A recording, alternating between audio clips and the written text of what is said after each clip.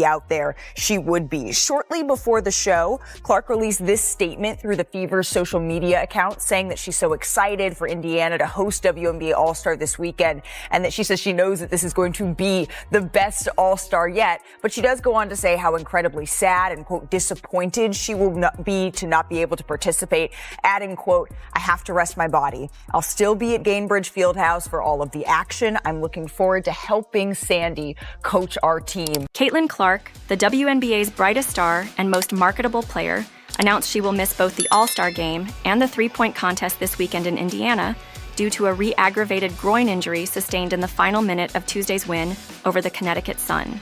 In a heartfelt statement shared via the Indiana Fever's social media, Clark expressed her excitement for Indiana hosting the WNBA All-Star event, predicting it will be the best yet. However, she voiced deep disappointment at her inability to participate, stating, "I have to rest my body. I'll still be at Gainbridge Fieldhouse for all the action, and I'm looking forward to helping Sandy coach our team." For fans, this is a crushing blow. For the WNBA, it's a full-blown crisis. We do start our show, though, with unfortunate news out of the WNBA. Caitlin Clark announced today that she will miss both the three-point contest and the WNBA All-Star game this upcoming weekend in Indiana after re-aggravating a groin injury in that final minute of Tuesday's win over the Connecticut Sun. Clark had missed 4 games and the Commissioner's Cup final with that groin injury earlier this month, and now will be out for this weekend's festivities, which really stinks for fans, but you know that if there was any way that she... And the timing couldn't be more disastrous. With the league mired in contentious collective bargaining agreement, CBA, negotiations and whispers of a potential lockout growing louder, Clark's absence from the WNBA's biggest showcase weekend is more than a setback. It's a red flag waving furiously in the face of NBA Commissioner Adam Silver, whose league provides critical financial support to the WNBA.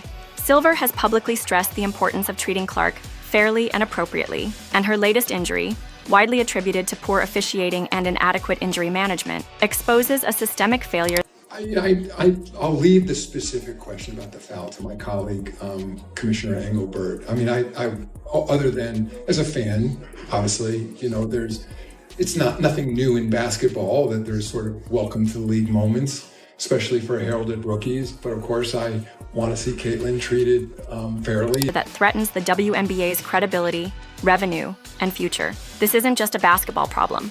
It's a business emergency that demands accountability at the highest levels. The numbers don't lie. Clark's unmatched impact. Caitlin Clark is not just a star, she's the WNBA's economic engine. In 2024, 23 WNBA games surpassed 1 million viewers, and Clark played in all but 3 of them.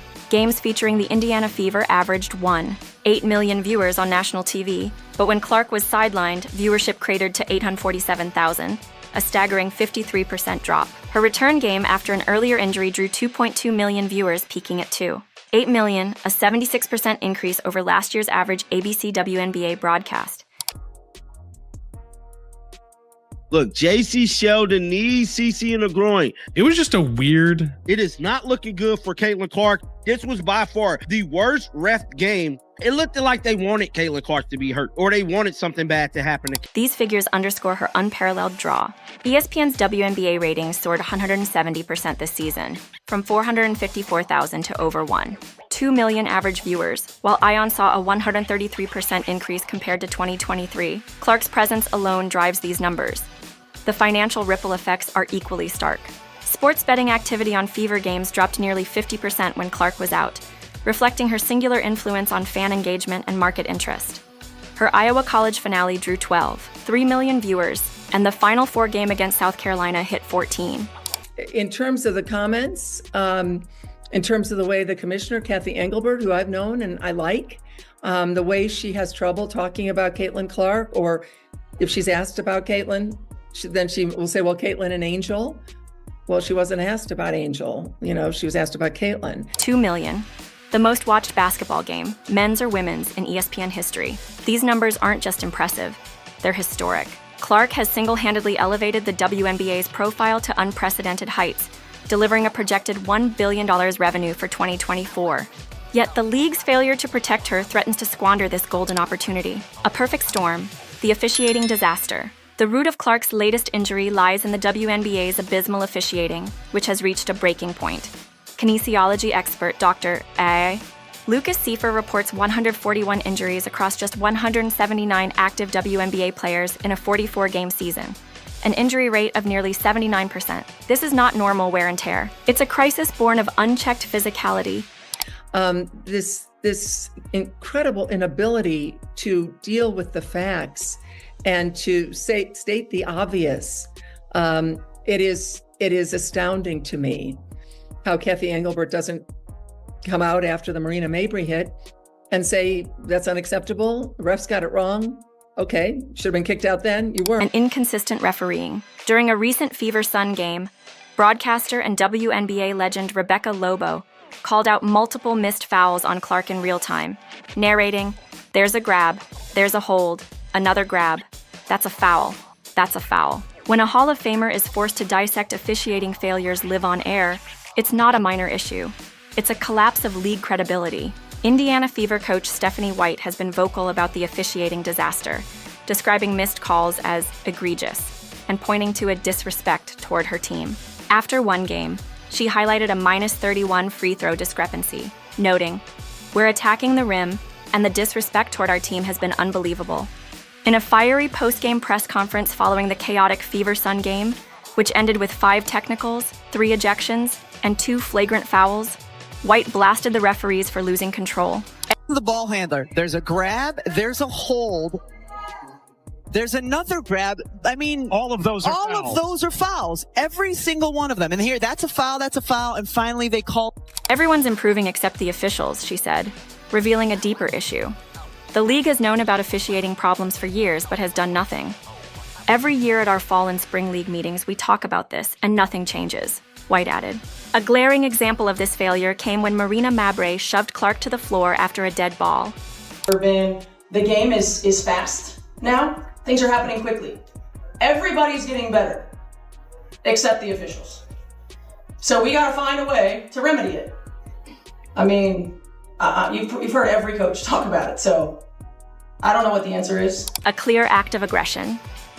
Officials initially issued only a technical foul, but fan outrage on social media forced the league to upgrade it to a flagrant 2 after the fact. This wasn't a one-off. Analyst Rachel Daya has noted a troubling pattern in Clark's injuries: left quad, left groin, right groin, suggesting that repeated uncalled hits are throwing off her body mechanics, leading to a systemic breakdown. Even Clark's brother, Colin, took to social media to slam the officials, arguing their lack of control directly contributed to her injury. When family members are publicly pleading for better protection, it's a sign of desperation. Kathy Engelbert's leadership vacuum. At the center of this storm is WNBA Commissioner Kathy Engelbert, whose leadership, or lack thereof, has drawn sharp criticism. Veteran sports columnist Christine Brennan has called out Engelbert's inability to address Clark's situation directly, noting that when asked about Clark, she pivots to other players like Angel Reese, even when questions are Clark-specific. This incredible inability to deal with the facts and state the obvious is astounding, Brennan said. Engelbert's failure to condemn dangerous plays like Mabry's shove or to acknowledge officiating issues has created a perception of spin over substance.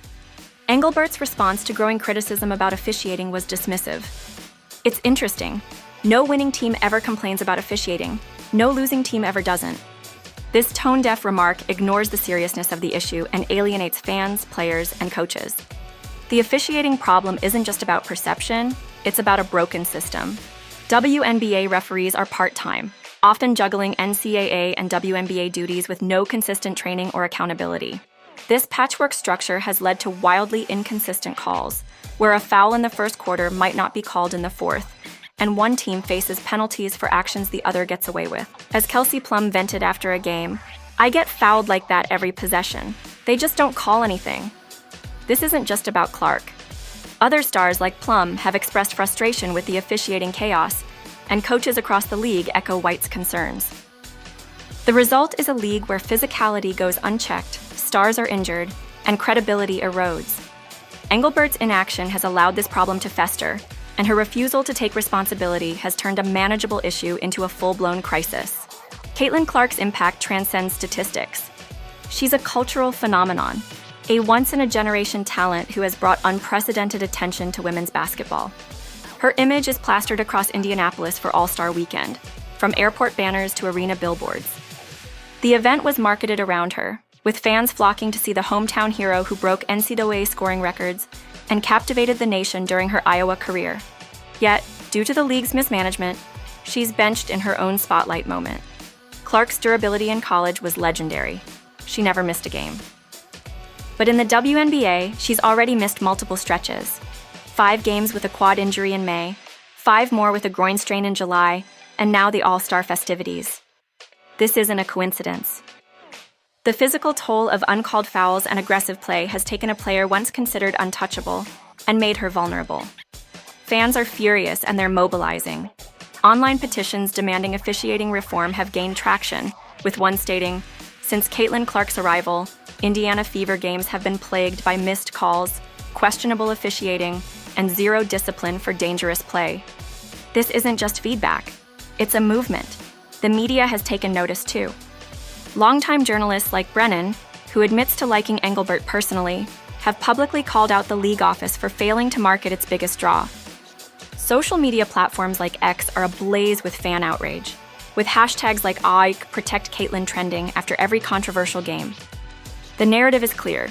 Clark is being let down by a league that owes its current relevance to her star power. A business emergency with billion-dollar stakes. The financial stakes couldn't be higher. The WNBA was projected to surpass $1 billion in revenue in 2024, largely due to Clark's influence. Her games dominate viewership rankings, with the top 10 most-watched WNBA games since 2002 all occurring this year and all featuring her. Her absence doesn't just hurt ticket sales or TV ratings, it threatens the league's entire business model. Advertisers, sponsors, and betting markets rely on Clark's presence to drive engagement. When she's out, the ripple effects are immediate and devastating. Even internationally, the consequences are significant. If Clark can't stay healthy in the WNBA, overseas leagues with better player protections and lucrative contracts become more appealing. The WNBA's global relevance, which has surged thanks to Clark, is now at risk. Her health isn't just a sports issue, it's a business imperative. Comparisons to other leagues. To understand the severity of the WNBA's officiating crisis, it's worth comparing it to other professional sports leagues. The NBA, for instance, has faced its own officiating controversies, but has invested heavily in technology and training to improve consistency. The use of instant replay, a centralized review center, and full-time referees has reduced errors and increased accountability. The NFL, despite its physicality, has strict protocols for player safety, including automatic ejections for targeting and mandatory concussion evaluations. Even soccer's MLS, with its smaller budget, has implemented VAR, video assistant referee, to ensure fair calls. The WNBA, by contrast, relies on part-time refs with minimal oversight, leading to chaos on the court. Engelbert's vague promises to look at technology fall short of the decisive action other leagues have taken. The WNBA's failure to modernize its officiating infrastructure is not just a competitive disadvantage, it's a betrayal of its players and fans. Potential solutions, a path forward. The WNBA's problems are fixable, but they require bold leadership. First, the league must transition to full-time referees with standardized training and performance metrics. Part-time refs juggling multiple leagues can't deliver the consistency needed for a professional sport. Second, the WNBA should invest in technology, such as expanded instant replay or a centralized review system, to catch missed calls in real time. Third, the league must enforce stricter penalties for dangerous play, including automatic reviews for flagrant fouls and suspensions for repeat offenders. Engelbert could also take a page from Adam Silver's playbook. Silver has been proactive in addressing NBA controversies, from player safety to fan engagement, and his willingness to adapt has kept the NBA thriving. Engelbert, by contrast, appears reactive and out of touch. A public commitment to player safety, coupled with concrete reforms, could restore confidence. Finally, the WNBA must prioritize marketing its biggest stars, starting with Clark, highlighting her in promotional campaigns, ensuring her safety, and amplifying her voice would show fans and players that the league values its greatest asset.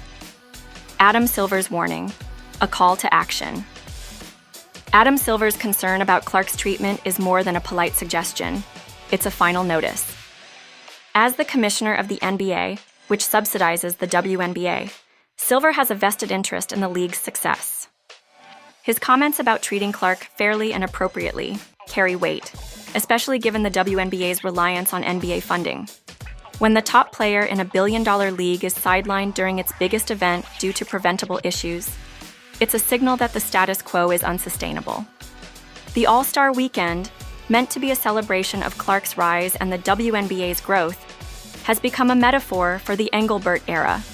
Massive expectations, massive promotion, and a massive letdown. The question now is whether Silver will push for drastic changes, including holding Engelbert accountable. Firing her may seem extreme, but her inability to address officiating, protect stars, or capitalize on Clark's popularity raises serious questions about her leadership. The WNBA can't afford to keep mismanaging its most valuable player, not when the stakes are this high. Caitlin Clark has given the WNBA a once-in-a-lifetime opportunity to redefine women's basketball. Her talent, charisma, and marketability have driven record-breaking viewership, revenue, and cultural relevance. But the league's failure to protect her, through shoddy officiating, lax safety protocols, and weak leadership, has put everything at risk. The All-Star Weekend, instead of showcasing Clark's brilliance, now highlights the WNBA's shortcomings. Fans, players, coaches, and media are united in their frustration, and the growing chorus of criticism can't be ignored. Adam Silver is right to be worried. The WNBA's handling of Caitlin Clark during this pivotal moment is a test of its ability to grow from a niche league into a global powerhouse. Engelbert's leadership has fallen short, and the officiating crisis is a symptom of deeper systemic failures. The question is whether the WNBA will act before it's too late. Should Silver push for Engelbert's removal? Should the league overhaul its officiating and player safety protocols? Share your thoughts below, like, subscribe, and turn on notifications to stay in the loop. The WNBA's future hangs in the balance. Let's see if it can rise to the challenge. And the one thing as a very long-term sports fan I know is that officiating and refereeing is always at the top of a fan's list, of the media's list. Obviously, we work hard on training. We work hard on consistency. Obviously, not every, they're humans. Looking at technology, basketball is a little more complex than tennis, for instance, around technology of officiating. So we're looking at a variety of different dimensions.